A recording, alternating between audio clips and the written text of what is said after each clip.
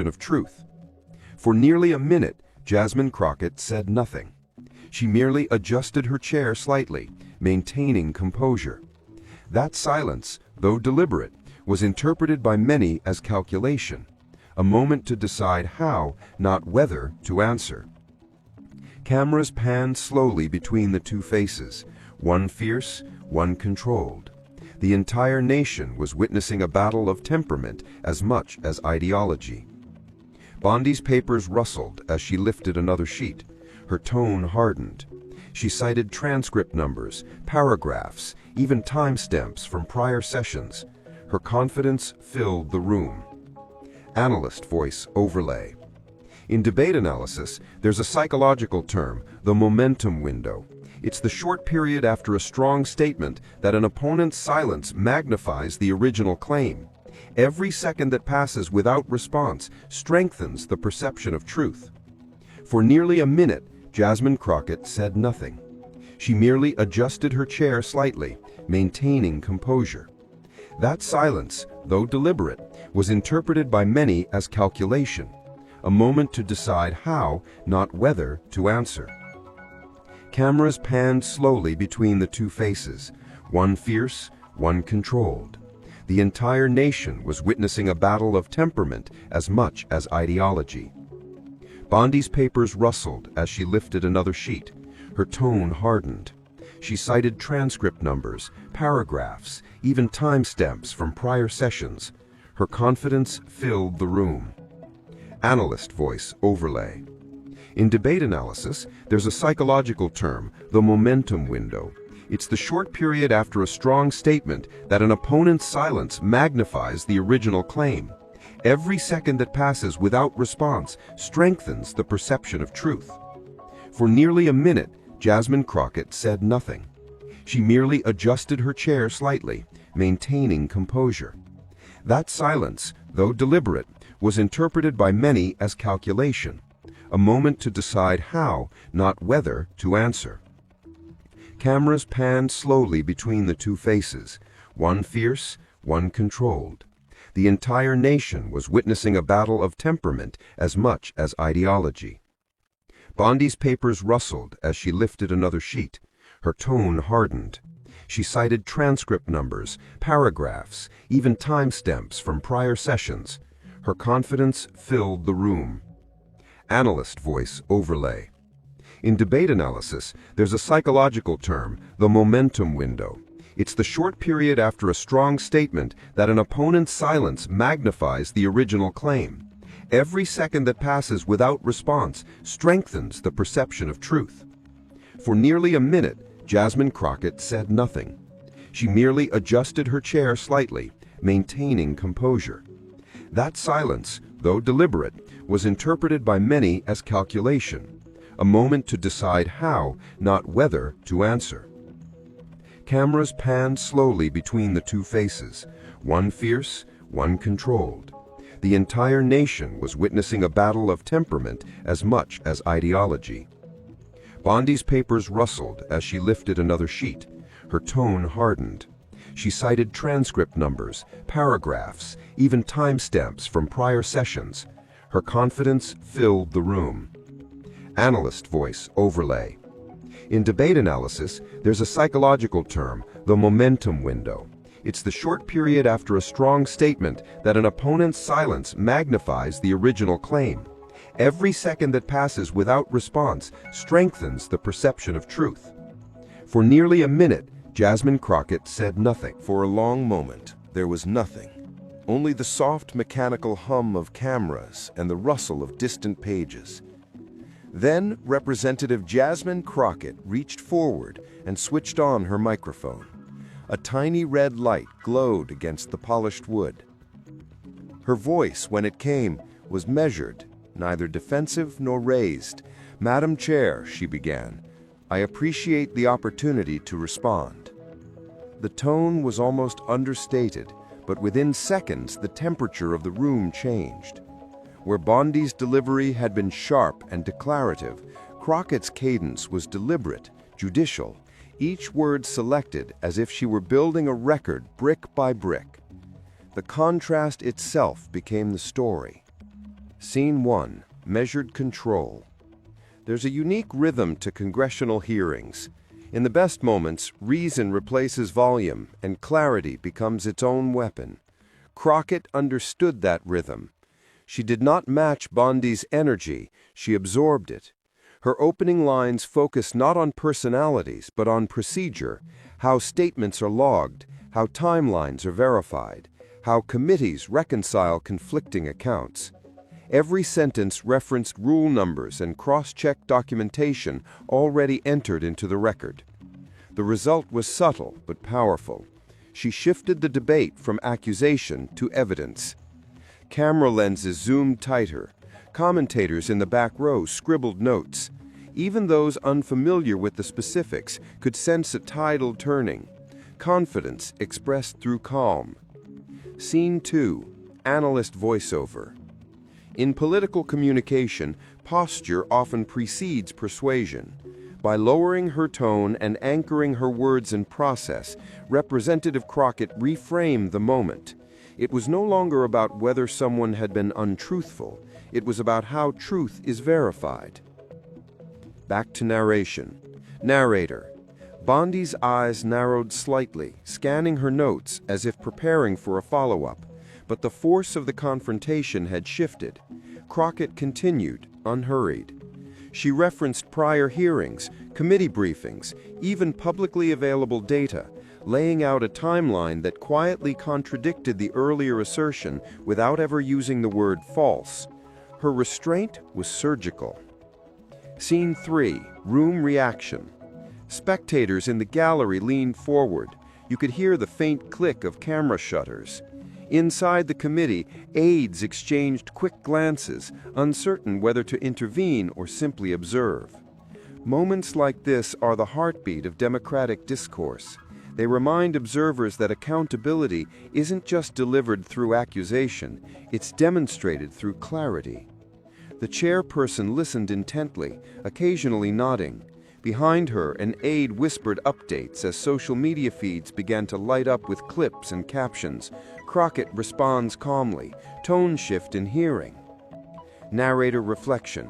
Beyond the chamber walls, the audience watching at home interpreted the exchange through different lenses: partisanship, personality, ideology.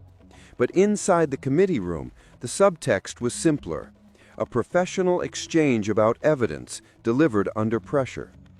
It's easy to overlook how rare composure can be in such settings. Where most see confrontation, experienced attorneys see choreography, timing, tone, control. And in those metrics, the congresswoman's composure was its own rebuttal. Analyst perspective. There's an old courtroom saying, the first to lose their temper loses the jury. Even in political arenas, that logic applies. Viewers don't remember every policy detail, they remember the temperature of the exchange. Crockett's calm delivery paired with factual grounding created contrast, and contrast drives narrative. Narrator. Back in the room, the air felt lighter but more focused. For the first time since the hearing began, the audience wasn't reacting to emotion, they were processing information. Broader meaning. This hearing, like many before it, would later be dissected on cable panels and digital feeds. But the heart of it wasn't about personalities. It was about the mechanics of governance, the fragile architecture of truth in a time when truth itself is politicized. Pam Bondi had emphasized accountability through accusation. Jasmine Crockett emphasized accountability through record. Together, they illustrated two parallel instincts in American democracy: the drive to challenge and the discipline to verify. Scene 7. Closing sequence for Part 1. Music builds slowly, low brass, distant percussion. As the chairperson called for a brief recess, the tension in the room eased but didn't dissolve. Members stood, stretching, whispering to aides. Bondi reviewed her folders again, expression unreadable. Crockett set her pen down and exhaled quietly, as though releasing the weight of the moment. Outside the hearing room, journalists gathered near the corridor microphones, already preparing summaries. The buzz of conversation replaced the earlier silence. Yet in that noise, the story was clear. a clash of conviction met with composure, a reminder that in high-stakes politics, the loudest voice isn't always the most persuasive. When the committee reconvenes, the questions will grow sharper, the cross-references more detailed, but the tone of the room has already changed. Control has shifted from accusation to analysis. And as millions prepare to watch the next session unfold, one question remains. In an era where outrage travels faster than facts, can calm reasoning still win the day? The recess lasted 12 minutes. Enough time for the air to change, for new talking points to circulate, and for emotions to recalibrate. When the members returned, their expressions had hardened. Notes were rearranged, microphones adjusted. The hearing was no longer a debate about tone, it was about evidence. Camera pans across the room, steady shots of folders opening, pens tapping. At precisely 2:14 p.m., the chair signaled the next phase. Representative Bondi, you may continue. And just like that, the confrontation resumed, but this time it was strategic. Scene 1, reopening the case. Narrator, Pam Bondi leaned forward, posture sharp, voice controlled but deliberate. Gone was the heated tone of her earlier exchange. In its place, something colder, more precise. She began referencing specific communications, emails, meeting logs, timestamps. Each detail was calibrated to challenge Crockett's previous narrative. There was no direct accusation, only implication. The kind of questioning that leaves interpretation hanging in the air. Camera pans across the room, steady shots of folders opening, pens tapping. Bondi, Representative Crockett, earlier you stated that these discussions were procedural, but can you confirm whether, on August 17th, your office issued correspondence that contradicts your testimony today? A low murmur ripples through the room. Crockett looked up slowly, composed, expression unchanged. Scene 2, the art of response. Narrator, there's a discipline few understand until they've lived under the fluorescent lights of public scrutiny. The discipline to think in real time, to remain both accurate and calm while millions watch. Crockett's reply came after exactly 6 seconds of silence. Yes, that correspondence exists, but context matters. It was issued in accordance with procedural notification, not policy determination. If the committee would allow, I can read the relevant section aloud. Her tone never wavered, not defensive, explanatory, not rehearsed, precise. The power of the moment wasn't in the words, but in the stillness that followed. Scene 3, narrator reflection. Narrator, in political storytelling, perception is often mistaken for truth. But here, truth was being built, line by line, citation by citation. Crockett didn't fight the question, she dismantled it through documentation. Every statement she made referenced the official record. Even the phrasing, if the committee would allow, reframed authority from confrontation to cooperation. This wasn't just self-defense, it was strategy. Scene 4, commentary insert. Cut to off-screen analyst voice over footage of the committee. Analyst, if you study political hearings over the last decade, there's a clear evolution. Earlier confrontations favored outrage, sharp one-liners designed for virality. But the newer generation, represented here by Crockett, has learned the opposite. Control equals credibility.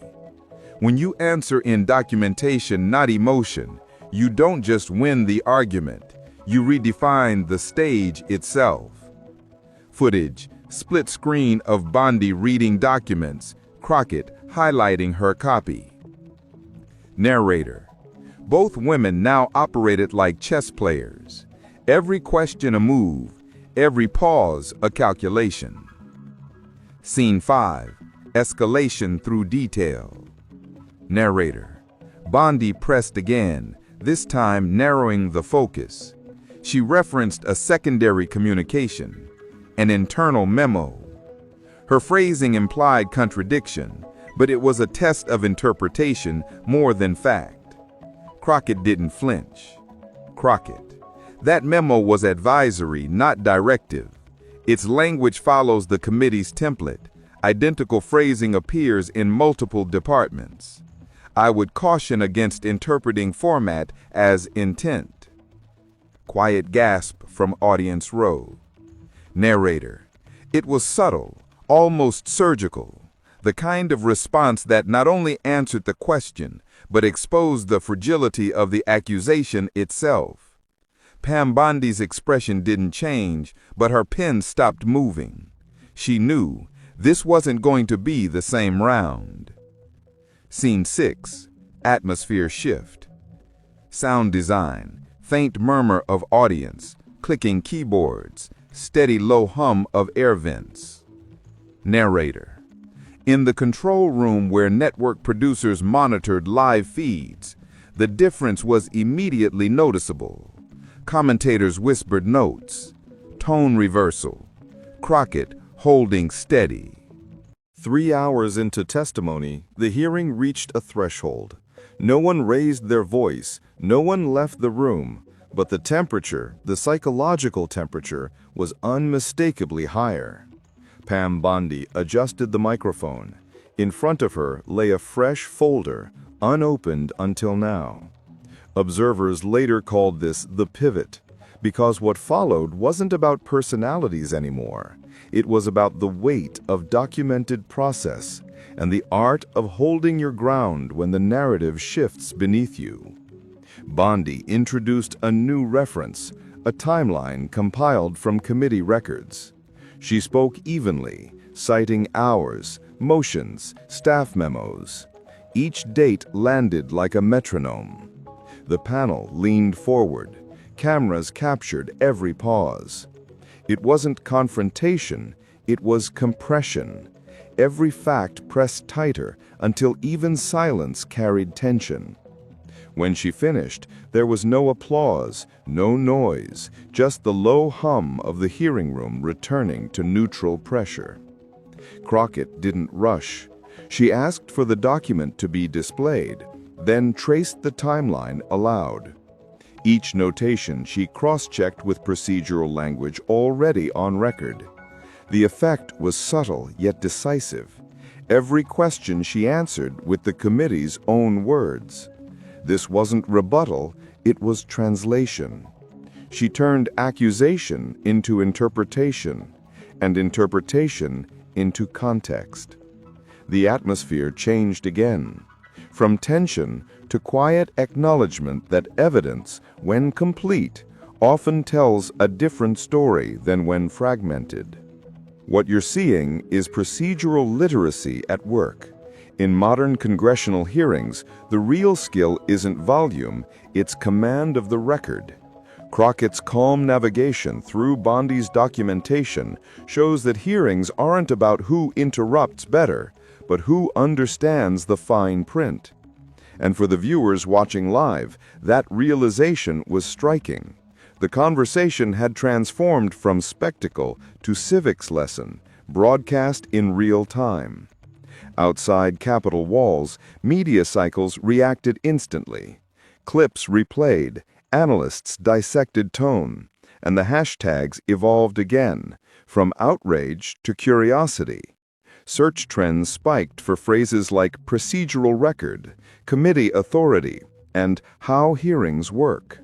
For once, a political moment wasn't just about who shouted loudest. It was about who explained best. By late afternoon, the chair declared the session adjourned. No verdicts, no victory gestures, just a formal close to a day that had revealed more about process than politics. Pam Bondi stacked her papers in perfect alignment, expression unreadable. Jasmine Crockett thanked the clerk, then left through the side aisle, speaking briefly with aides. In the end, what lingered wasn't confrontation, it was contrast. Two approaches to truth, two philosophies of persuasion, both operating under the same fluorescent light. Every generation redefines what power sounds like. Once it was volume, applause lines and sharp retorts. Now it may simply be precision, the quiet confidence to let documents, not decibels, speak first. And perhaps that's why this hearing will be replayed long after the news cycle ends. Because beyond the politics, beyond the personalities, it showed that integrity in discourse, the ability to stay composed when challenged, remains the rarest form of strength in public life. Narrator: if you believe in truth over noise, facts over fury, then join us.